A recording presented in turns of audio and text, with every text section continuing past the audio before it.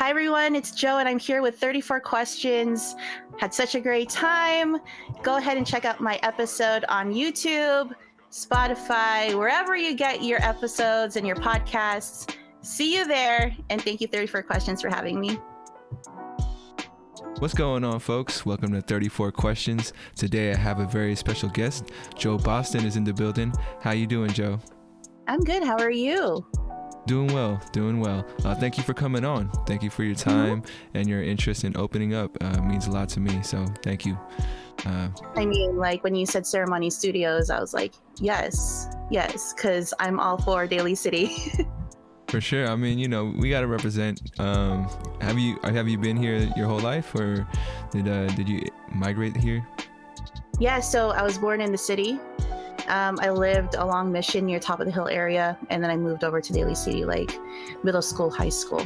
Actually, no, elementary school too. So I was like in the Jefferson Union High School District, district all my life. Yeah, so I went to Westmore. Yeah, so. Oh, okay. Or majority of my life. I got you. For those unfamiliar with the show, we do a few intro questions just to set the tone. I do have an icebreaker for you, and it's a one-word spelling bee. Feel free to participate. Feel free not to. I don't want to put anybody on the spot, so if you're not comfortable, you could just say no. Let's go. I'm down for whatever you got. I am down for whatever you got. Right on. I appreciate the confidence. And then, something different I'm doing with the show is that I've broken down the questions into 3 levels. A little easier questions, medium, and then the harder questions at the end. Sound good to you, Joe? Yeah, let's do it. For sure. Also, a new piece of feedback I gotten was that people would like more context with my guests. So here's a couple questions for you just to get that context.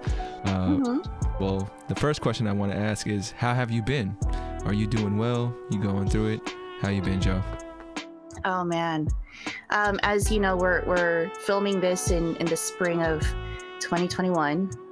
So the last few weeks have been a little rough for our community, right? With all the anti-Asian sentiments going on, and the Black Lives Matter movement still going. We had a few instances in the news lately that have been very heartbreaking. And I mean, like, I work with arts and culture. I work with my ERG at work. So it's been a complete how are you doing as a person of color in this day and age? So to be quite honest, it's been a little rough. We're still in a pandemic, but I have to say that despite all that, I'm okay. I mean, like, health-wise, it could be better, but I have to allow myself to just feel what I need to feel and just roll with it. Like, no one is at 100% right now. I mean, everybody's going through it, but at the same time, I know I'm privileged to still be working. I'm privileged that I have a roof over my head. So as much as I can complain, I can't complain at this point, despite everything that's going on. So. For sure. Thank you for sharing. Similar, I am an optimist. I like to look at the brighter side of life, but this past year and everything that's going on has just made it really hard for me to block it all out, or to what some people would say I would be ignoring what's really going on. And that really put me in a frame of mind of like, what could I do to just provide something more positive. And this podcast was kind of birthed from that sentiment. But yeah. Nope. My second question for you is, for the folks who don't know, this is the first time we're actually connecting. So thank you for coming on and being open. Why did you choose to come onto the show? If you don't mind sharing. Yeah, when you reached out to me, like, it was a pretty cold correspondence. Like, you just reached out and I just read it. I'm like, I don't know who he is, but it's all good. And then I saw the questions that you had asked, like, what would you like? It was something along the lines of ancestry and what your descendants, like, what you want them to know. And all my life in my work, I've always thought about legacy, right? Like, what am I doing to honor my grandparents, my inang and tatay's legacies, right? Like, coming from I'm a daughter of an immigrant. I'm a granddaughter of immigrants. So I've always put that in my work, right? Mm-hmm. Like my culture, like what can I do to honor them? And so when you asked that question, I really said, yo, I never thought of that before. And I would like to answer that question and whatever questions he has for me. So even though it was completely out of the blue, I was like, yeah, I feel good about this. So I'm gonna go ahead and reach out and say like, hey, let's do it. And like the next week, you reached out last week or a couple weeks ago, and I saw this opening in your calendar, and I said, yeah, I think these questions need to be asked, especially during this time. For sure. Mm-hmm. Yeah, I mean, I never know how people are going to react. I'm on a mission to interview as many people as I can, because I think this is a valuable thing I can help give and share with people. So thank you for being open and just feeling the energy, because I never know how people, like you said, it was a cold invitation. I just send out this long paragraph, and it could look like a scam. Like I understand. I've gotten those long paragraphs too. So yeah, thank you for feeling the energy through all that. It's my pleasure. Thank you for inviting me. No problem. The first thing we're gonna do is the icebreaker, just so we can get into a flow. And would you like to participate? And if not, yes, that's fine as well. Let's okay. Go. All right. Let me know. Let me know if you have seen this word before or heard of it in a previous episode. And it's all good if you haven't. It works out better. But the word is epilepsy. Oh my God, epilepsy. I know this is a condition. I worked in the medical field for a long time, but I don't know how to spell it. Epilepsy. EPILEPSY. You got it right. Yeah. Congrats. Yeah. Thank you. I need to switch up the word. I feel like the previous guests have gotten it right too, so it's not that hard yet. I'll switch it up. But okay. So since you got it right, you will be invited back to the Spelling Bee episode of 34 Questions with other guests that have gotten their word right. Okay. It'll be a challenge, because I know there's a lot of people with different schedules, and I don't know yet how it's gonna look or how I'm gonna make it work. But just know you have earned the invite to come back. Thank you. For sure. All right, so jumping into the warm-up questions to set the tone, and this one is, what would you like the audience to know about you? Oh man. I would like for them to know that I did mention before that I am a granddaughter of immigrants. I'm a Filipino American. I'm born in the early 80s, so I've seen the waves of technology take over our area, right? I lived off of a Game Boy and infomercials. I was in the MTV era when music was still being played on MTV. I'm just a Bay Area native who wants to stay in this area, and I want to keep our heritage and culture alive, whether that be, as a Filipino American or just being a Bay Area native, period.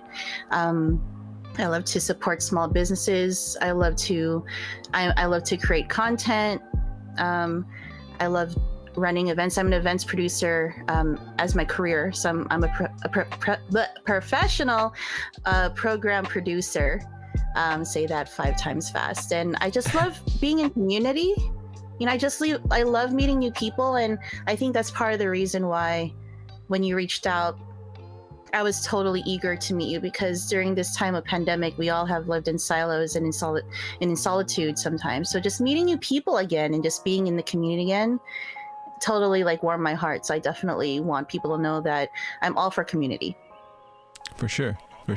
Yeah, that another reason why this all came about was I do miss meeting people. I miss getting to know their stories and just strangers. Something that is kind of frowned upon, or we haven't found a way to make it not frowned upon in public. I can't just go up to someone even with my mask on, because they can't tell if it's a smile or a frown, and it might there's a lot of miscommunication if we try to do this outdoors.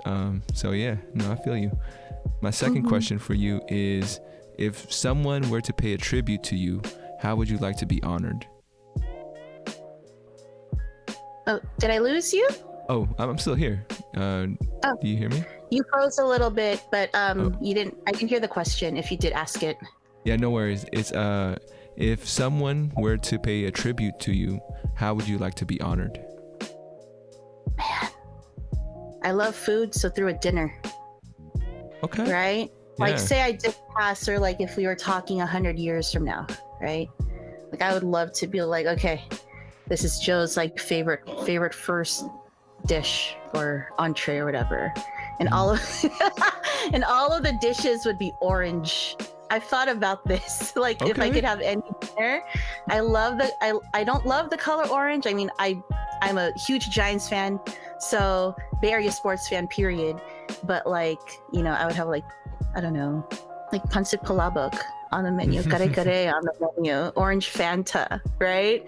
Yeah, It would be yeah. like different shades of orange, but it doesn't have to be. But yeah, just having a menu that probably echoes like certain parts of my life, or even like, okay, like the first course could be my childhood, the second course could be my college years, so like a burrito from like La Tapatia, or like a sandwich from like Little Luca or something, Okay. right? Okay. Yeah. And Yeah. then the main course would be like, okay, here's a kare kare from like Fort McKinley or Ongpin, right? Like, so from like different restaurants around Yeah. the area in San Mateo County, they'd be in that dinner. I mean, I could tell you're an event producer. You just produced this whole event for your own tribute. I Well, sure that's what's did. And I want to feed people. That's the thing. I want to feed people. So, and I want them to eat the food that I actually like to eat. So there we go. Yeah, Mhm. yeah. I mean that's also part of you culturally, right? You brought that side to yourself too. I know we love to feed people. It's disrespectful if you don't eat our food. For real. Yeah. Yeah. My last question for you in the warm up is, on a scale from 1 to 10, how well do you know yourself? Wow. I would have to say a solid 6.89, maybe. Like, 6.89. Okay, that's very specific. Why 6.89? I don't think it's a 7, because I have never seen myself through somebody else's eyes. So even though I might have a perception of like how like I think I'm this way Mm-hmm. because I'm coming from it like first person, but if like somebody else, like, there's different degrees of people in my life, right? There's my family, there's people who I work with, there's people who I've had relationships with, and then people who don't know me, period, or just know my name. But I honestly think that, okay, I'm into astrology, right? So Okay, there's yeah. something called a rising sign. So like the sign that you were born with, like the sun sign, I'm a Pisces, right? But my rising sign is how people see me, and I'm a Leo, and that's a very extroverted, fiery personality. But like when I'm alone, I'm very, introverted and very quiet, and I just like to be with myself. But when I'm with other folks, I'm a different face. I'm a different person. So I would say 6.89. Okay. Yeah, because there's just so many faces of me that I don't see myself that other people see. No, Yeah. that makes sense, and that's a different perspective someone's brought to the show. Just that, like, we can't see the complete picture if we're not, somebody else looking at ourselves. So Right. yeah, I feel that. Right. I mean, normally I give myself a 5, so Oh, okay. yeah. I like to think that it fluctuates throughout my life. The highest of highs, I feel like I know myself the most, and at my lows, I feel like I don't know who I am. And that kind of fluctuates throughout my life. But yeah, cool. I totally feel that. Yeah. I will ask you about the astrology stuff later on. I mean, I'm curious. Okay. Well, we've made it to the main portion of the interview where you start choosing a number between 1 and 34. We do have 3 levels, and I want to give it up to the guests to see what they're open to. Do you want to start level 1, level 2, or level 3? Let's do one of each. Okay. Right. I Let's do start want there. to. Yeah. Okay. Yeah. Go ahead. 1 to 34. Let's do level 1. Number 16, because that's my birthday and Joe Montana's number. Okay, 16. Yes. If you could get one answer from the universe, what would you ask? I would actually ask them at the end of my life. Like, say I was on my deathbed, right? Okay. Yeah. And I had like 5 minutes left, and I could ask the universe one thing, and they could give me an answer in 1 minute. I would simply ask them, have I fulfilled my purpose in life? Ooh. I mean, that's hella deep. That's hella deep already. This is just level 1, right? Yeah, but yeah. I would, like, even if they say no, even if I was dying, I'd be like, I tried, and then I could go. But if I could just get that satisfaction, like, say they did say yes, they're like, okay, then I did good in my life. So I would ask them that, like, yeah, have I fulfilled my purpose? For sure. I mean, that is deep. And I was gonna ask, why would you wait till the end? But I can see, based on your question, that would be the perfect one to ask. Yeah. How do you feel about reincarnation? I believe it. I totally believe it. Like, I feel that, I don't know if you've watched the movie Soul. I did see that. Tearjerker, for sure. For real. But you know how, like, some folks, like, I don't want to give away too much, but, like, it's said that, like, before you're born, you have these personalities already, and you, like, your dislikes and things like that. And for some reason, I feel like I have lived different lives, because not everybody, when they come out, is like on the same plane. I don't believe everybody's on the same plane when they're born. Like, some of us, like, have natural talents or natural, personalities already, which could, be a benefit or deficit in your life later on, right? That can come from absolutely nowhere. Like, I believe in energy too. So, like, say, and I feel that people do absorb energy from other folks. This is really deep at a level 1. But I feel like there has to be some force in the universe that is controlling what goes in what particular person. And then that force, like, brings people together, right? And I feel that when it comes to reincarnation, that's like, I feel bad, like, when I kill, like, certain things, like, sometimes I say thank you to, the meat that I'm eating, or like, I hear Pocahontas in my head, right?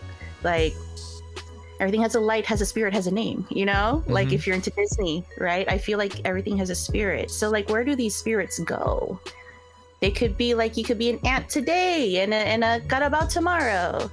And then you upskill, and then you're a farmer the next lifetime, So that's how I feel about reincarnation. I don't know what religion that came from, like Nirvana, right? I don't know exactly what. Yeah, I'm not well versed either. But I feel that there is a cycle of spirit and power and energy, whether that be a life or a force or something. I don't want to get into Star Wars, because I like Star Wars too. But I definitely believe in energy being not recycled, but reignited whenever a new life starts. Interesting. Yeah. My idea of reincarnation, which I'm not an expert, but I get deja vu a lot. And right. So I heard like something that scared me about deja vu. I don't want to say it because it might be too negative. But for me, I sometimes think that our soul, our energy, is meant for a certain time. So for me, like that question that you would ask the universe about, have I lived a fulfilling life? If I had asked that and they told me no, then I would kind of feel like I would start back in this era. Like, I wouldn't be in the future, I wouldn't be in the past. As far as reincarnation goes, it'll restart my life and restart in 1990. So I would have this another chance to live a fulfilling life with. And I want to say deja vu is one of those things that makes it feel like, it is a repeat, and you're trying to catch yourself from making the same mistakes. But that's just my theory.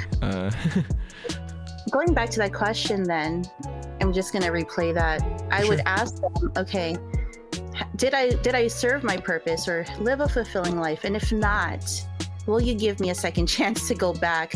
Maybe not in the same body or the same life to redo it over again, but will you give me another purpose? Maybe I'm a honeybee my next life. As long as I serve my queen, make honey, and get pollen, I serve my life purpose, right? But no matter how simple or complicated that life is, I just wish or hope that the universe would do that and say, okay, you didn't quite live the life that we wanted you to live, right? Because there still is free will in the universe, but I hope that they do reincarnate us into something that will eventually let us have a satisfying life or fulfilling life. For sure. And I forgot which religion it was too, but the idea of reincarnation, someone mentioned to me that the human being is at top of that ladder. So if you've made it to a human, and that means you've gone through all the bad, not the bad stuff, but you've been a small animal, you've been a plant, you've been all these things, and now you've reached this part where you would hopefully understand the opportunity that you have. But yeah, it's if anyone out there knows more, would love to talk about it more. Let us know. Cool. We're gonna be rolling on to level 2. Okay. Throw me a number between 1 and 34. Number 8, because it's Steve Young's number. This one is, if you could take back one mistake, what would it be? Jeez. A mistake. Whew, that's a doozy of a question. Because I don't really think of things as mistakes, right? Just lessons. I went through a life transition. I'm not gonna say exactly what it was. For sure. I think I should have. I'm not gonna take back what happened, but I wish I should have advocated for myself a little bit more. I think my mistake then was not being confident enough or outspoken enough. I was silent. I could have said something to advocate for myself, and I didn't do it. And then I suffered years because of that decision of not being outspoken. So I was cheated on, right? And I didn't leave. I didn't say anything. If anything, I was very forgiving and just let that person back in. And I wish I had not done that. I think that's like a mistake in some people's eyes, but for me, now that I'm much older, I look back on my life and I'm like, was that really a mistake, or was that more of okay, once you get over that lesson, then the universe, we're going to talk about the universe and energy a lot. The universe is going to give you something better, or something that'll better serve you, right? But looking back, if I could take it back, I would have said something. I would have done something that would have helped me get to where I should have been back then. So yeah, I think it's just standing up for myself, and I didn't do that. For sure. First off, just want to say thank you for sharing. I know it's not easy to open up about these things.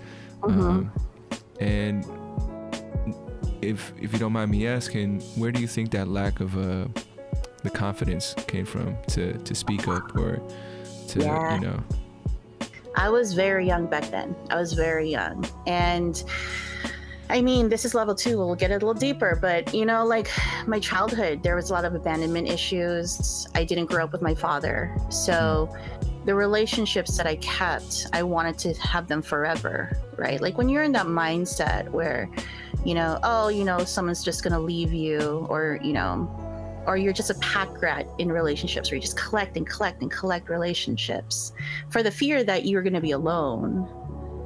That's really unhealthy. And I think that's how I was back then, where, I saw relationships in my own family disintegrate. And I'm like, I'm not going to be that person. I'm not going to be that person who's going to be single with kids. I'm not going to be that person who's going to be cheated on and be left for another person. Right. But at the end of it, it got really toxic because I did stay in something that I shouldn't have stayed in. And I think it had to do with the trauma that I had as a child, or even in my high school life, right? Like, I remember my first heartbreak, and like it ripped me because, you know, as all first heartbreaks are, but I wanted to be that ideal wife or that ideal girlfriend, that perfect girlfriend, right? You have like this image in your head, like, I'm never gonna leave my partner, I'm ride or die, right? Yeah. But then at that time, I didn't realize that, no, you don't have to be a ride or die for somebody. You got to be a ride or die for yourself, right? Even if it's painful and you have to leave something that you don't want to leave. Looking back now, I'm almost 40. I would have told, you know, the 19, 18-year-old self, like, girl, hold on here. What are you doing, right? What are you doing here? But of course, it's so hard when you're such a young person. You don't have the context or the knowledge or the wisdom that I have now. So at the end of it, sure, it was a mistake. But of course, if I did make that one decision, my trajectory would have been in a complete different direction, right? Like, you know, I stayed in this path and I went this way. If I made that decision to say something, I would have went this way. So looking back, there are mistakes, you know, like when I was younger, I would have counted that as a mistake. But as I'm older, I'm like, okay, that was a lesson.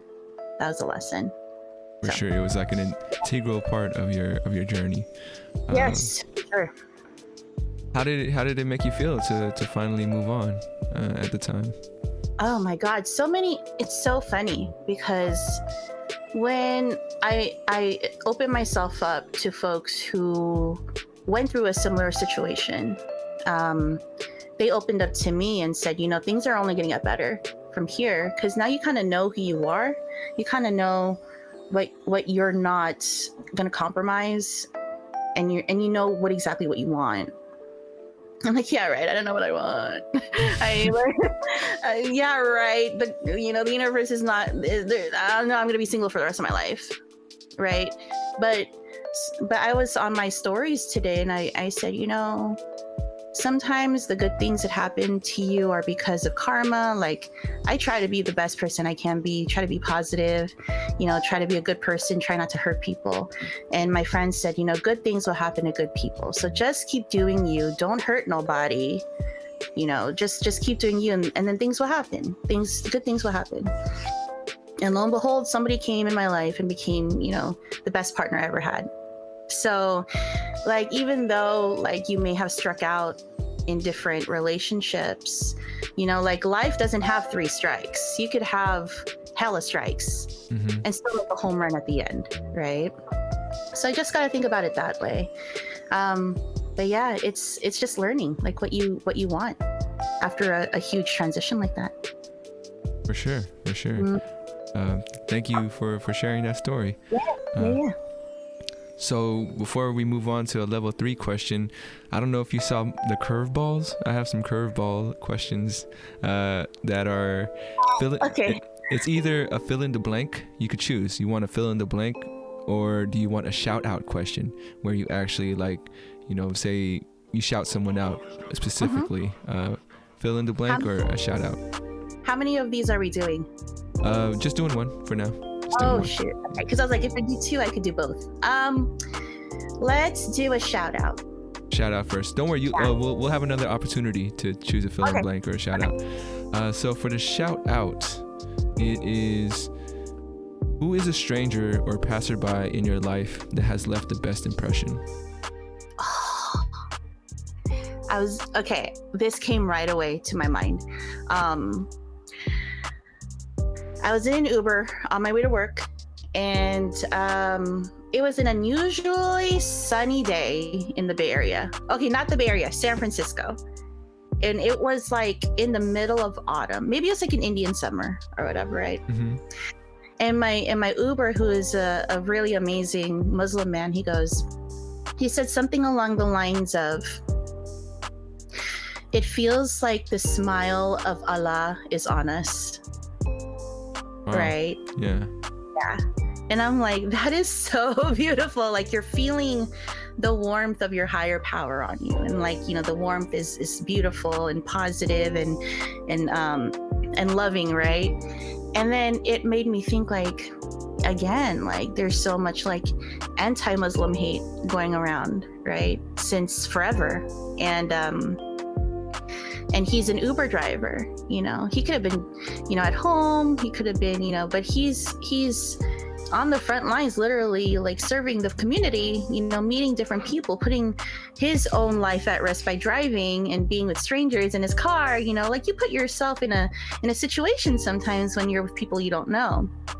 And Uber drivers are like, and yeah, and I was like, man, if you could be this positive, knowing because he kind of like told me like what he does in his life, and he talked about his kids, and I'm like, if you could be this positive, knowing the trauma that you've been through, and then you take something so simple as sunlight and say, this is God shining down on us.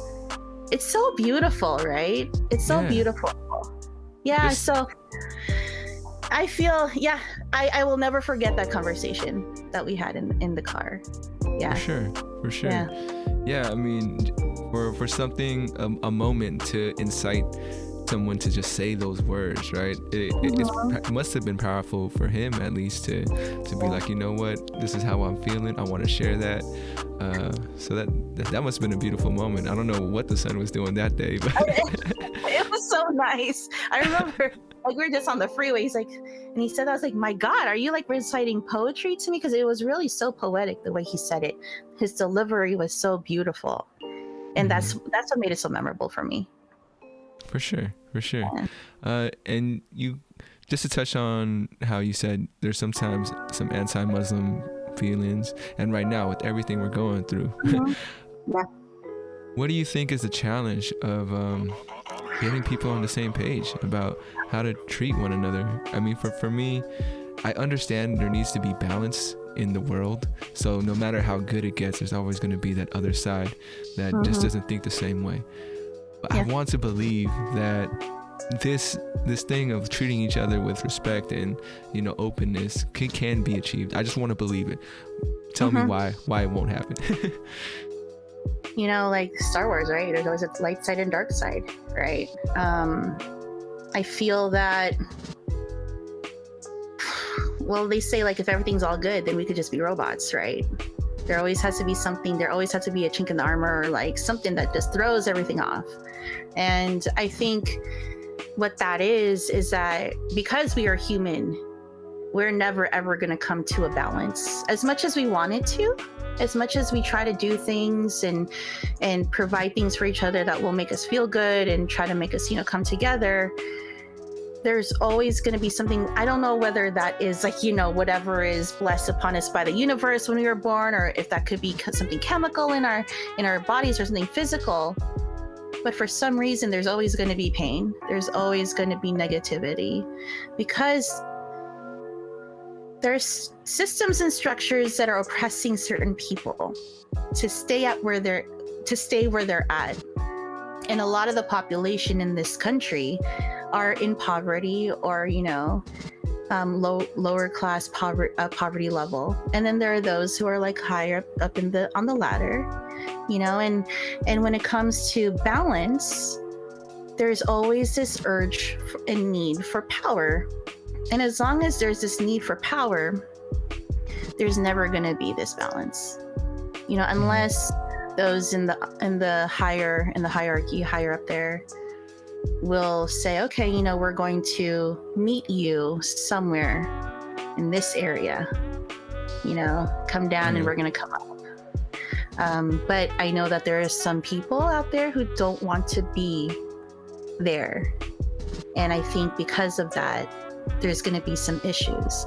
And with that power, you know, you could oppress somebody because of their economic status, their skin color, where they're coming from, their accent, their sexual orientation, right? All the things. But as long as we get our people, you know, like I identify as a woman of color, you know, as long as we get our people into those higher positions who can make the decisions for us so that we could all rise, then you know, like then we could have a happier, you know, society. But until then, you know, like I'm like you, I want to stay as optimistic as possible, right? I never ever want to say, oh, that is just never going to happen.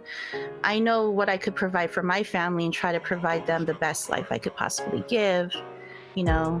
But I also am cognizant that there are other folks out there who don't have the same privileges as I do. And then I say, okay, what can I do to actually, you know, help them come up or give them resources so that they do have access to what I have. And yeah, long story, but no, that was great. Yeah. Well, thank you for your perspective. Yeah, I ask that question a lot, just because it matters to me. But you know, people have always told me that it may never happen just because there needs to be balance in the world. So you could only, I don't know. We'll figure it out as we go along for sure. I hope our ancestors, our descendants, do something about this, right? I hope they figure out a way that you know will create more harmony in the world. The one common answer I've gotten for it to actually happen is if there was an outside the earth kind of force that threatened us, so we would have to unify and be like, we are one and against, you know, something that's outside of our earth, you know. That's the only one that I've heard that people are like, it could happen if there was another threat that threatened everybody, and we were like, oh, we gotta band together because we're the humankind, you know. But that's usually what it would take. Like the Night Walkers, the White Walkers of Game of Thrones, and all the houses had to get together and beat them, right? Yeah. Feel that. Yeah. Because let's jump into level 3. Okay. If you're ready for it. Yes. All right, 1 through 34. Let's do number 23. 23. Yep.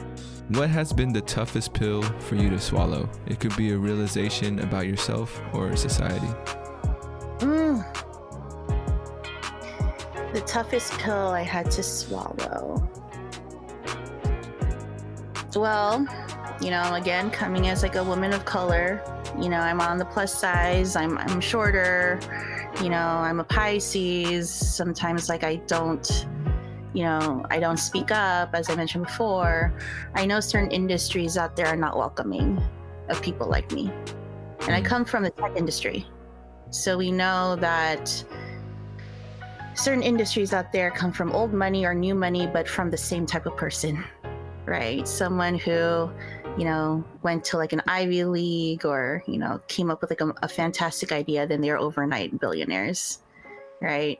And I know, and even like looking at what I said earlier about, you know, different hierarchies and levels of class, and that's a tough pill to swallow, knowing that people will judge you no matter how good your credentials are, how good your education is. If they see your name on a resume and say, oh, that has an accent on it, or that doesn't sound American, that you could possibly just be on the no pile, even without them looking at your resume or meeting you in person. That was a hard pill for me to swallow, because I was on a team that helped hire, and I thought that the people that I chose were top notch, and they're like, no, because they found something wrong with their resume. And I'm like, holy shit, why does this have a Latin sounding name, Asian sounding name, right? So I do see the inequalities of even, you know, job accessibility because of the hiring managers who have biased opinions of certain people. And my last name is Boston, which does not sound Filipino at all, even though there are so many Bostons in the Philippines. Or maybe I'm just saying it wrong. Maybe I'm saying the anglicized version of that word. Maybe it's not Boston, maybe it's Boston, right? But with the context of it being an American city, it's like, oh, it's appropriate to say Boston because I'm an American, right? Like, I have a friend, her last name is San Jose. I say San Jose because it's a city, San Jose. But then are you really going to say San Jose, right? Like as if you would say it in the Philippines. Yeah. Right? Yeah.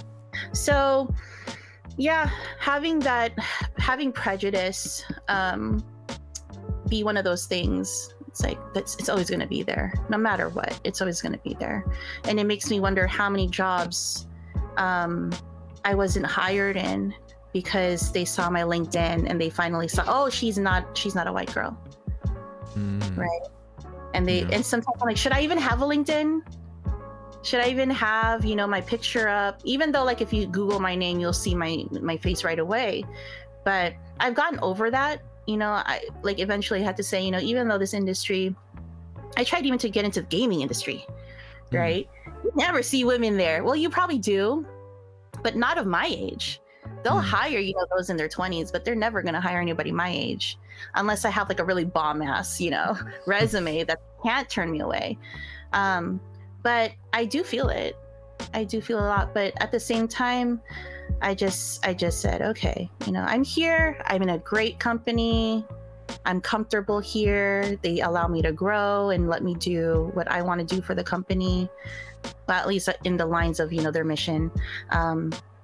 So if someone doesn't want me, I know that there's going to be another industry or another company that will.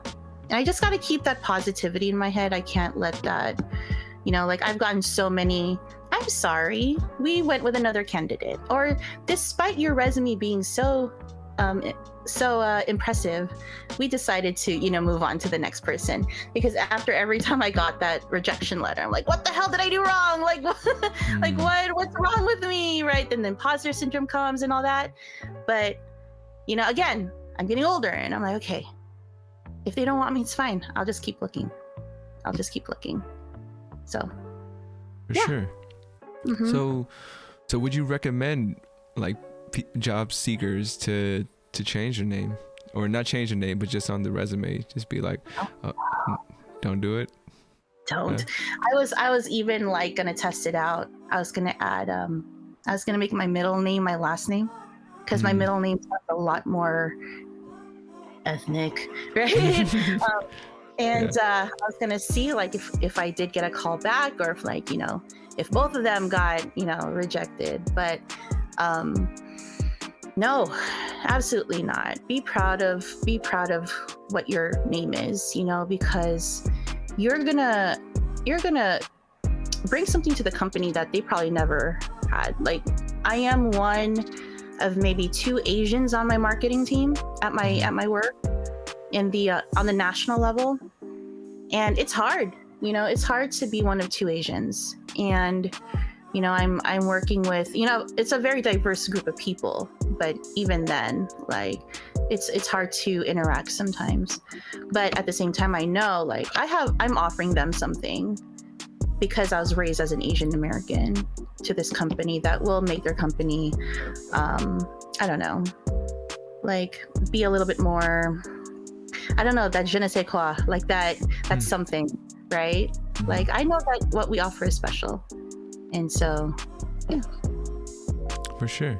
You ever come across that feeling that because you're one of 2 Asians on your team, that maybe sometimes they turn to you guys to speak for Asians as a whole, or? Yeah. I mean, like, I kind of put myself in the position because I'm the program lead for the Asian ERG for my company. So, when a lot of those things happen, when that poor woman was attacked in New York, and, down the street from me on Sierra Vista, somebody got mugged, right? There was a bunch of people, they messaged me, and my company is actually very good about mental health and supporting each other. And a lot of them, they texted me or they'd message me on Slack and say, you don't have to answer right now, but I just wanted to say that, we're here for you and we support you, and just let us know if you need anything. It was a lot of that. There was a lot of responding like, yes, I'm okay. But then also, a lot of them came to me and said, okay, does this sound right? We're going to put some comms out into the company. Like, we would like our Asian colleagues to make sure that this sounds appropriate and doesn't offend anybody. And that's work too, like, on top, it's hard work. Like, work from your soul on top of the work duties that you have for the company. And I think that's the reason why a lot of us are really fatigued at this time, because, we are doing the hard work on top of the hard work. And yeah, I mean, as much at the same time though, if I'm going to be that person who sheds light or gives a different lens to a certain situation, then I'll be that person. It's a lot of sacrifice for those who do community work and activism, to do that work.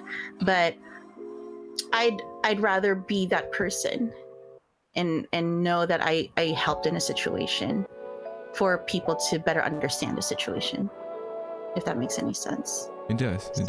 I got you. For sure. Just a heads up, we've gotten to about 10-15 minutes left on the podcast. Just wanted to thank you again for coming on. It's been a great conversation. I'm having a lot of fun. I hope you are too. That went by so fast. Holy moly.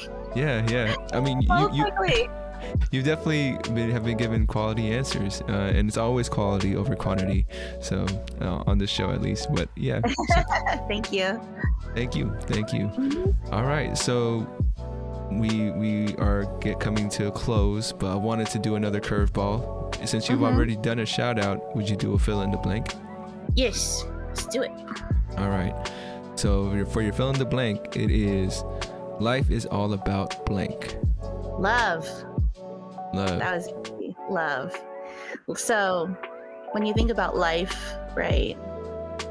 Like at the end of it, no matter what job you got, who you're hanging out with, what kind of car you drive or what kind of house you are in, at the end of the day, I hope that everybody experiences love and care from their family, from a partner, from their colleagues. And love doesn't have to be romantic either, right? I just want everybody to feel that feeling in their chest, whether that be like giligness or gigil, like that's all there is. Because as long as you're with people that are on your team, that you have a support cast that will always be there for you and support you, that's all that matters, because even when you're at your lowest low, like I was at my lowest low, like the last few months, and I had a band of sisters and kapatids who said, hey, how are you doing? I can't be there with you right now, but I'm gonna send you over like palabok from Goldilocks, or you want some French fries from McDonald's? I'll buy some too, and then let's watch let's watch some Netflix together, right? Yeah. So I think, at the end of the day, I just want folks to know that if whatever life you're living right now, I just hope that there is a component of love and care in there. For sure. Yeah, I mean, the curveballs don't have to be hard at all. They're just a way to keep the conversation rolling. So we've made it to the concluding portion. I have 3 final questions for you. I've been trying to find a way to connect my guests. So this next question is actually from my previous episode's guest.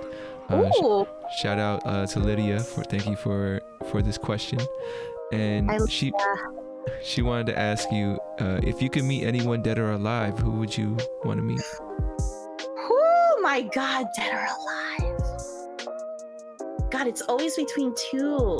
Go give me two. Give me two. You don't have to just stick with one. So from the president, it would definitely be Michelle Obama.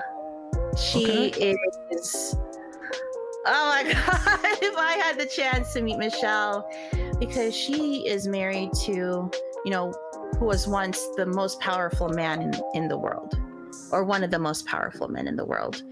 And when you're with somebody with such stature, you can lose yourself to that identity, right? She could just have been, I'm Barack's wife, and that could have been it, right? And not done anything with it. But with her, she initiated programs, she advocated for young women, she advocated for healthy eating, gaps in our economy and our society. So not only did she take her place and her platform to do good for the world, but she took care of herself. Her arms were amazing. She had great style. So, and just her personality and her energy is just so positive, right? There have been other first ladies at the White House, but for some reason, Michelle Obama, there is a spark in her that is so contagious that if she were to walk into the room, in any room, I could be at the city dump, and if she walked into the dump, I'd be like, this is the best day ever. It doesn't matter where I'm at. It's Michelle freaking Obama, right? Yeah. And I appreciated that she didn't lose her own identity as being the first lady of the country. She stayed her own person, and that's what I really appreciated. And she's just beautiful. I love For her. sure. Yeah. For the person from the past, it would be Gabriela Silang, who is a warrior hero who fought like against the Spaniards in the 1700s or something like that. She's from Ilocos, where I'm Ilocana, so like I definitely feel that there's like a warrior in every Ilocano that I meet. And she's become like this face for Pinay empowerment, right? She's usually wearing like a white blouse with like a woven skirt with like a bolo in her hand, you know, and she's on a horse. And she had some hardship, but she fought for what was right? She wasn't gonna let no imperialists or colonists come in and ruin her land, right? And again, like she was married to a general or something like that. So she used her place and her power to benefit her community. Those two. Sure. What was the second one's name again? Gabriela Silang. Gotcha. I just want to make sure so I can do my research afterwards too. Yeah.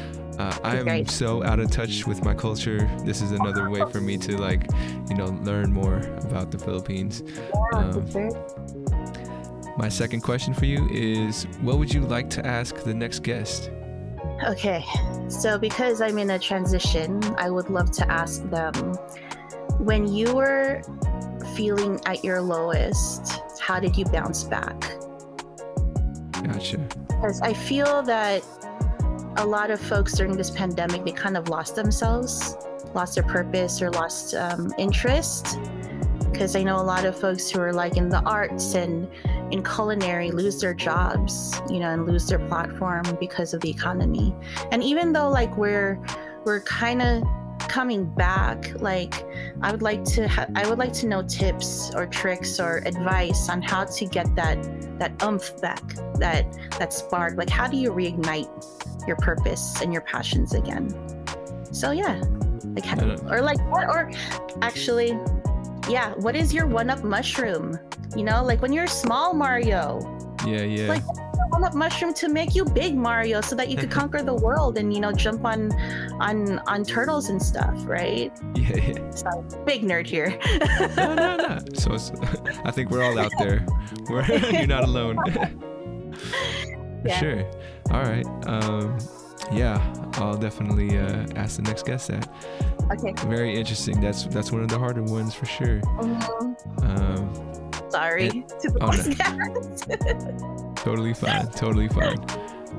And my last question to tie everything all together is, what would you like your descendants to know about you? If they were to like, I wonder what my ancestors were like, what would you want them to know about you? Yeah. I want them to know that I was super proud of my Filipino background. Super proud. I was born in the States, but I was smuggled into the country through my mom when she was pregnant. So she didn't tell her parents, or she didn't tell, the airport people that she was pregnant. She came here in September. I was born in March.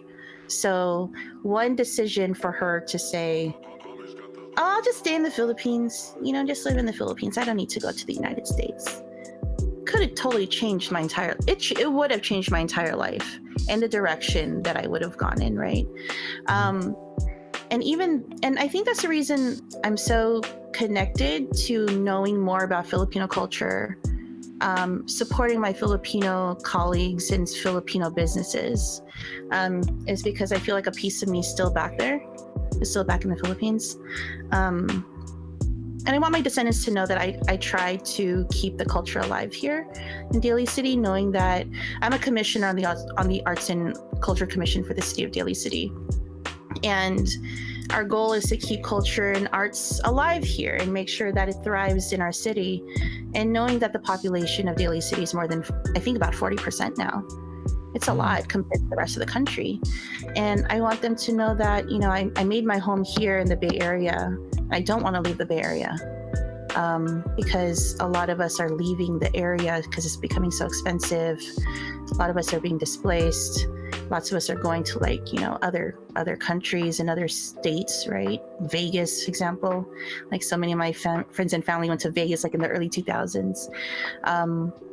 And I just want them to know that I tried to conserve as much as I can while I was here. So being that voice for, educating folks on Filipino food, for example. Like in my past life, I helped found a nonprofit that promoted Filipino food. I've talked on NPR, I've talked to people at National Geographic, and anywhere that I could have my mission told.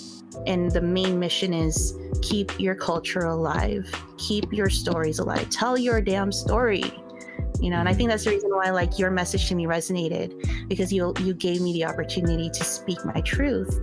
And that's what I want to encourage, other people of color like me, don't let your history and don't let your lineage and your own narrative get erased, because they say only the winners write history, right? Yeah. But as long as we're outspoken and we tell our truths, that chain will never break, so that hopefully by the time our descendants come along, they could have a direct connection to what we did, right? Sure. I'll always have that connection with my grandpa, because he was the first person who came here from the Philippines. He took me around where he used to hang out, he fed me what he ate. So making that connection with your elders is so valuable, especially for those who are in the diaspora who don't speak the language. I don't speak the language, especially for those in the diaspora who don't go back to the motherland. I hope that they do keep part of our ancestry within their lives, so that, it just keeps going. For sure. Mm-hmm. Well, thank you for sharing. And I just want to double check if there's anything I'm missing. I switched up the whole, I didn't switch up the whole format, but added some stuff. Okay. Yeah. Are we good? Yeah, I have something else after we stop recording. But I did want to ask you, since you're into astrology, is what would you guess my sign is? Oh my God. I'm just curious if people can get it right. Oh my gosh. You're Cancer? I'm not, but I will reveal it off camera. So just want to say thank you to you again. Thank you to the folks listening and watching at home, at work. Keep doing your thing. And yeah. Being on 34 Questions was a lot of fun. That hour went by so quickly, because the questions that he asked were questions that I would have wanted to answer when you're talking about life, when you're talking about what you learned in your life and what you want the future to look like and what your descendants, what you want them to know. So it was a really eye-opening conversation, and it was really enjoyable. And I hope that 34 Questions has many more guests that will open up their own lives and tell their own stories, because these stories are so, so valuable.